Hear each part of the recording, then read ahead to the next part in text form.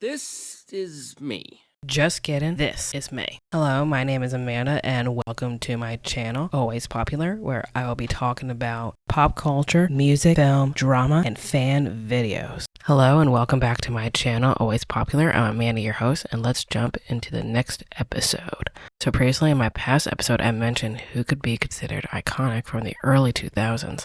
This week is a follow-up part 2 episode based on more pop-punk artists from the 90s and or 2000s. During the time period of the 90s to early 2000s, there was a huge rise of pop-punk music artists and it became an important part of music and pop culture. So today we are going to be talking about the importance of 90s, 2000s pop-punk music. Around the time of the mid-90s, the pop-punk scene was becoming more commercial and mainstream with new bands like Green Day with their first album, 39 Smooth, on a major record label, and bands like The Offspring and MXPX that were achieving similar success to Green Day. They were all getting signed to major labels and pop-punk was rising again because of these artists. All three of these bands ended up touring together and became three of the most significant artists of that time.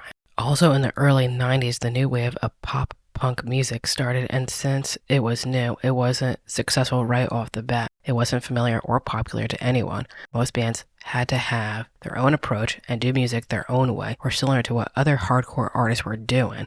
During this period of time, independent record labels started to blossom, and two notable labels like That Records, Epitaph Records would eventually become successful later in their career. Eventually, by the time of the early 2000s, musical acts like Sum 41, Taking Back Sunday, Simple Plan, and Blink-182 were some of the most popular and successful artists in the world when they all came out with a pop-punk sound at that time. This was around the time most of this style of music got massive mainstream attention. Now we can deep dive into each one of these bands and their impact during the 90s or 2000s. First off, we have Green Day. Green Day was massive back then and they are still going strong now. When Green Day popped out, it was the early 90s with their debut album, 39 Smooth, and it was considered skate punk, punk rock, and pop punk by the critics. It wasn't their debut that really paved the way, however, their future projects did. However, for only selling under 3,000 copies for their debut album, it was still a success for an underground label like Lookout Records. Shortly after, the next year, they released their second album,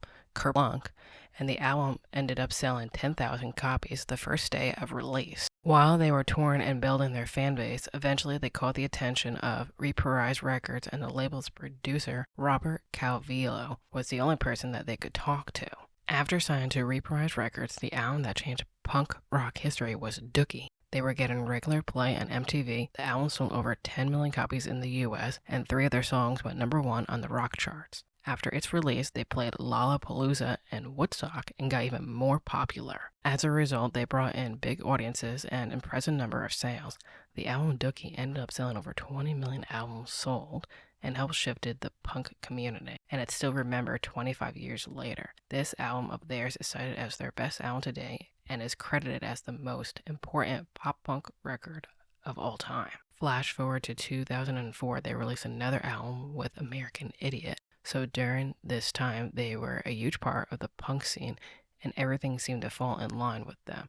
Still to this day, they have some of the most memorable songs and albums in music history like Jesus of Suburbia, When I Come Around, and American Idiot. Second on this list would be Simple Plan. The Canadian punk rock band skyrocketed to fame in the early 2000s. Simple Plan is still one of the few pop-punk bands that still have remained together for over a decade.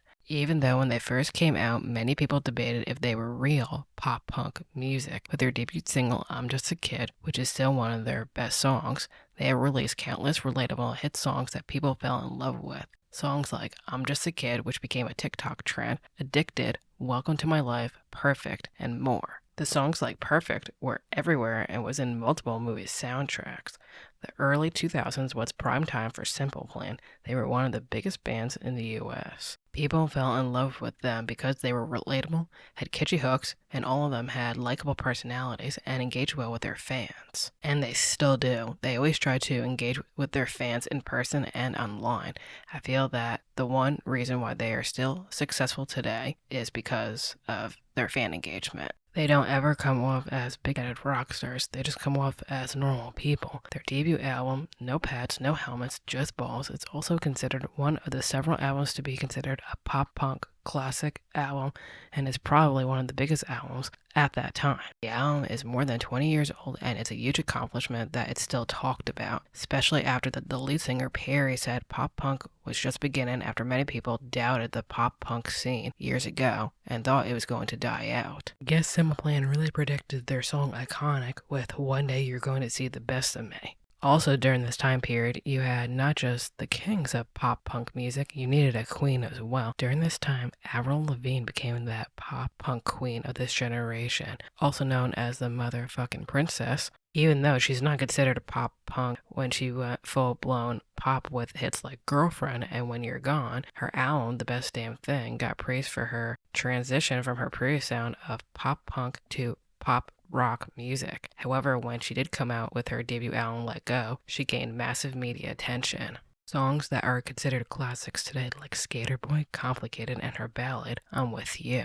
She was quickly labeled as the anti-Britney mainly because of going against the grain. Her second album, Under My Skin, helped her gain even more commercial success with songs like Nobody's Home and My Happy Ending. She quickly became an important figure in the pop punk scene and is credited as a pop punk queen by many critics. Her debut album became the best-selling album of the 21st century by a Canadian artist, and she is responsible for paving the way for female-driven pop punk music since the early 2000s. She is a key figure in the pop punk music scene, and without Avril, you wouldn't have people in this generation today like Billie Eilish or Olivia Rodrigo.